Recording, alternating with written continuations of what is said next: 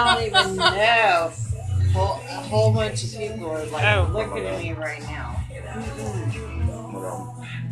Are you recording me? No, I'm not recording you. What are you talking about? That is not good. No? That's not good. Yeah, record them. Oh. They look cute. They look cute. So, what you been doing these days? You gotta stop it. Stop it right now. Stop what? Stop it right now. What are you talking about? Stop it right now. What are you talking about, Mom? No. So where have you been working? You been working at what? Chipotle? I have been working at being incognito.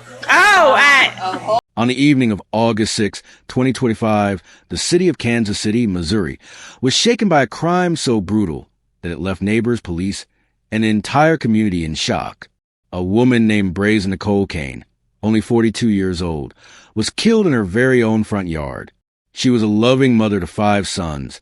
She was expecting another baby, and she worked every day as a teacher to help children learn.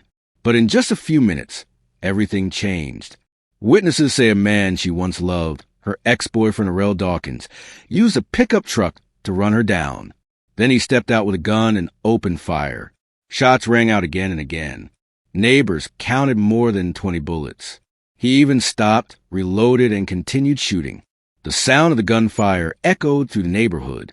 People ran to their windows. Some tried to call 911. But by the time police arrived, Braisen was already gone. This was not something that came out of nowhere. Before her death, Braisen had already been living in fear. Family members say she had spoken out about being threatened. She had even asked for help, warning that something could happen. But her cries for safety were not answered in time. After the attack, Dawkins did not run far. Instead, he picked up the phone and called members of his own family. He told them what he had done. He admitted he had killed Braisen. He also said he was thinking about ending his own life.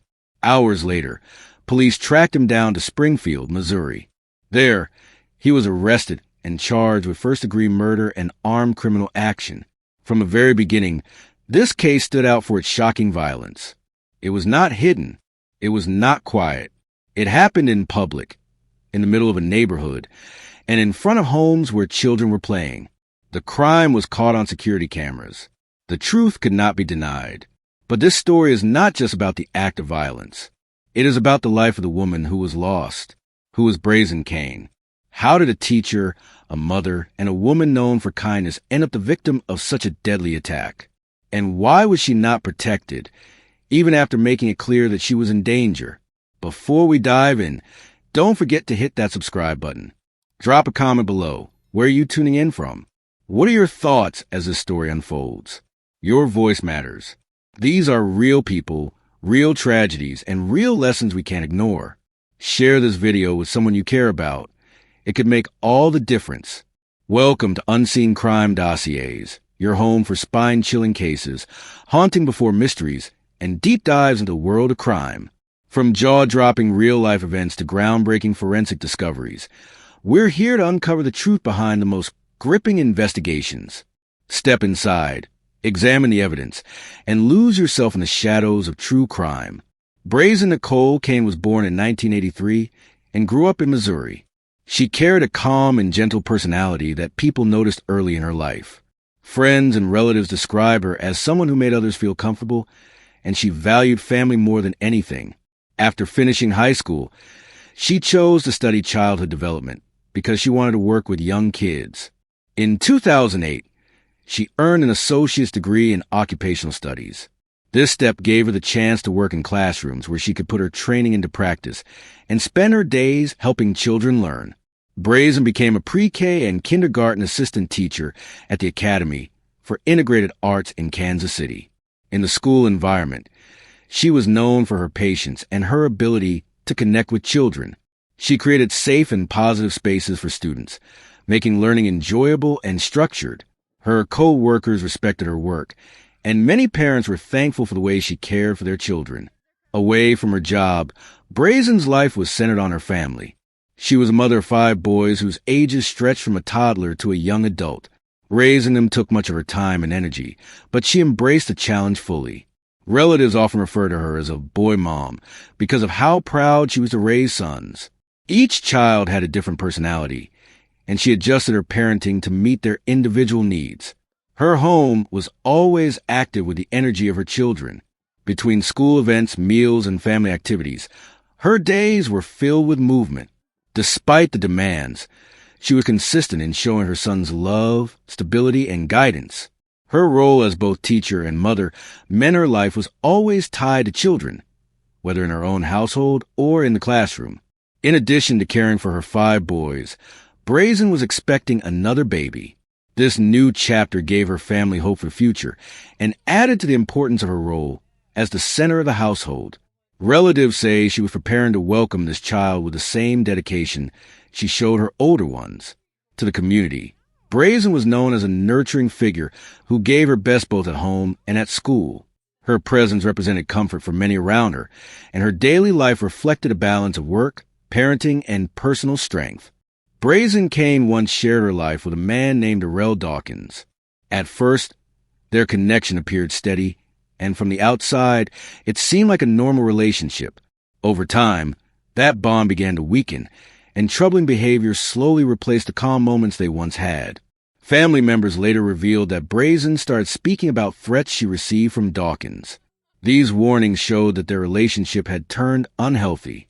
She made efforts to seek support, signaling that she felt unsafe, but the steps she took did not provide the protection she hoped for. As the months passed, tension between them grew. Friends and relatives noticed that Braisen's concerns were becoming more serious. She was balancing her role as a teacher and mother, while also dealing with rising fear caused by her former partner's actions. Despite moving forward with her own life, Dawkins continued to create problems.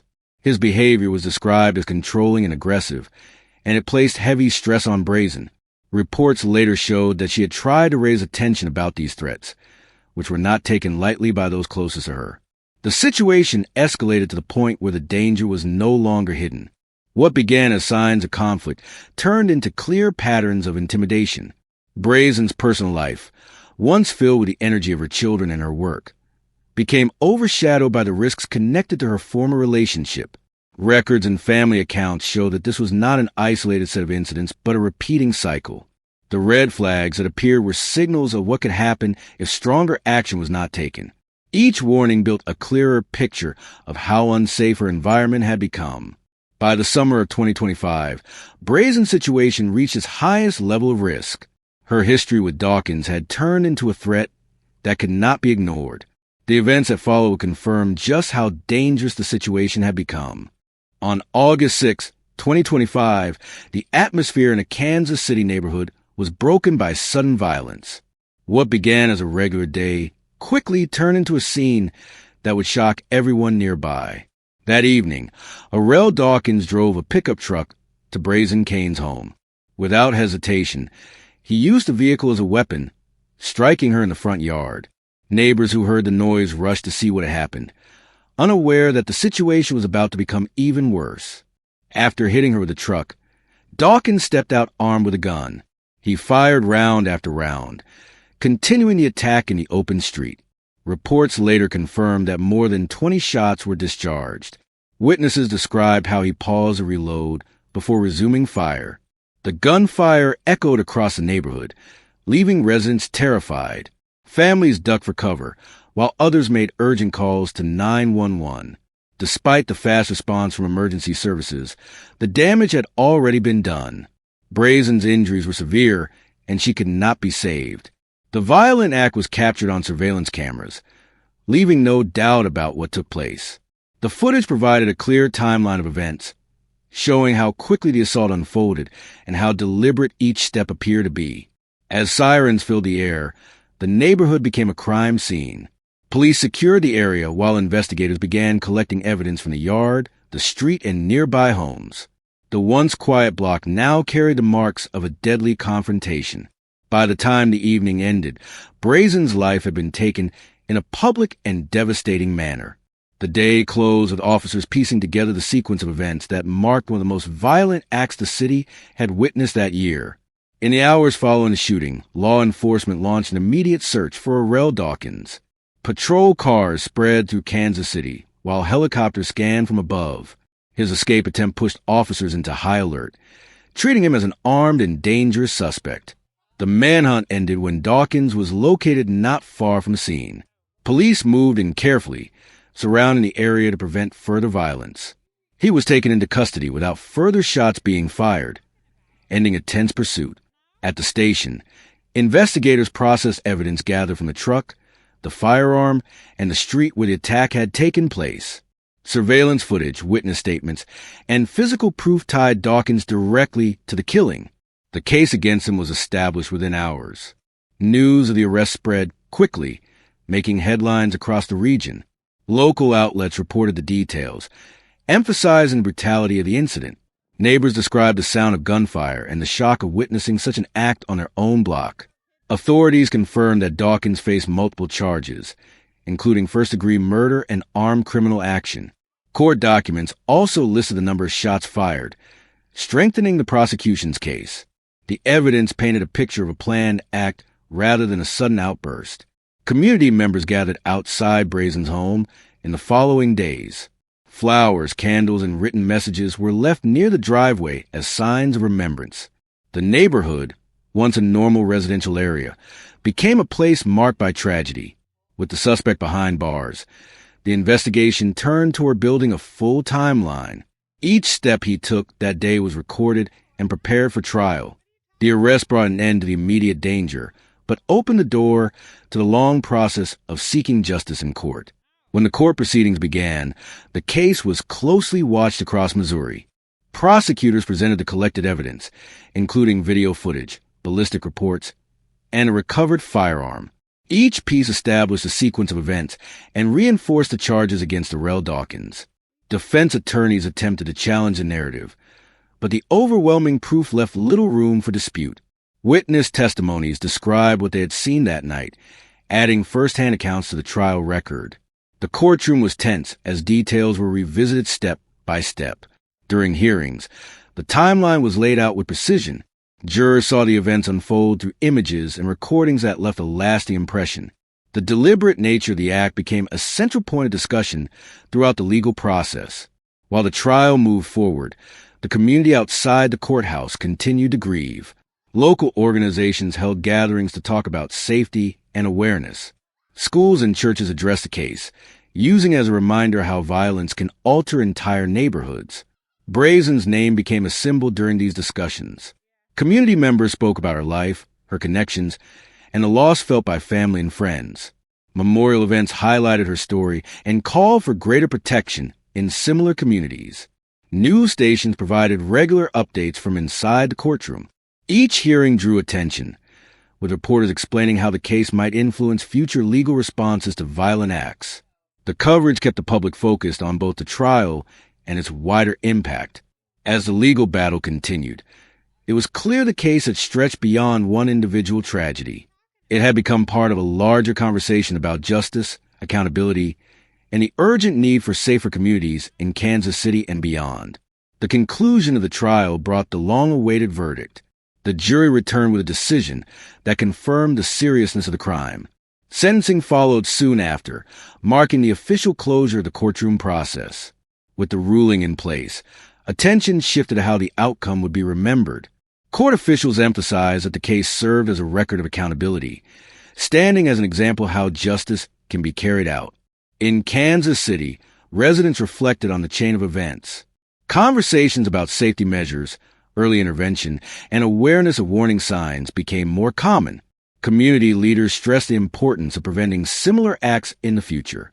Family and friends of Braisen held remembrance events to keep her memory alive. Gatherings, memorial walks, and social media posts became ways of ensuring her story would not fade away. Her name remained tied to calls for greater protection in local communities. The impact of the case spread beyond Missouri. Reports in regional and national outlets brought wider recognition to the story. Discussions of violence, prevention, and accountability appeared in articles, broadcasts, and public forums. Over time, the neighborhood where the tragedy occurred began to move forward, but reminders of that night continued to surface. The site of the attack, once marked with flowers and candles, remained a quiet symbol of the loss. The legacy of the case rested not only in the verdict, but also in the awareness it created. It underscored how one event could influence broader conversations, shaping how communities view safety and justice for years to come.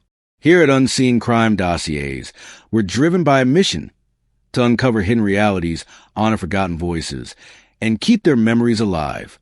If this story made you pause, reflect, or feel something, there's more coming that will challenge you even deeper. Make sure to hit subscribe, tap the like button, and turn on that notification bell so you never miss a case. We're dropping new episodes regularly, and trust us, what's ahead is even more chilling. Before you go, we want to hear from you. What moment hit you the hardest? Drop it in the comments. Your perspective matters, and your voice helps keep these stories alive. Until next time, stay alert, stay informed, and never stop seeking the truth, because every life deserves to be heard.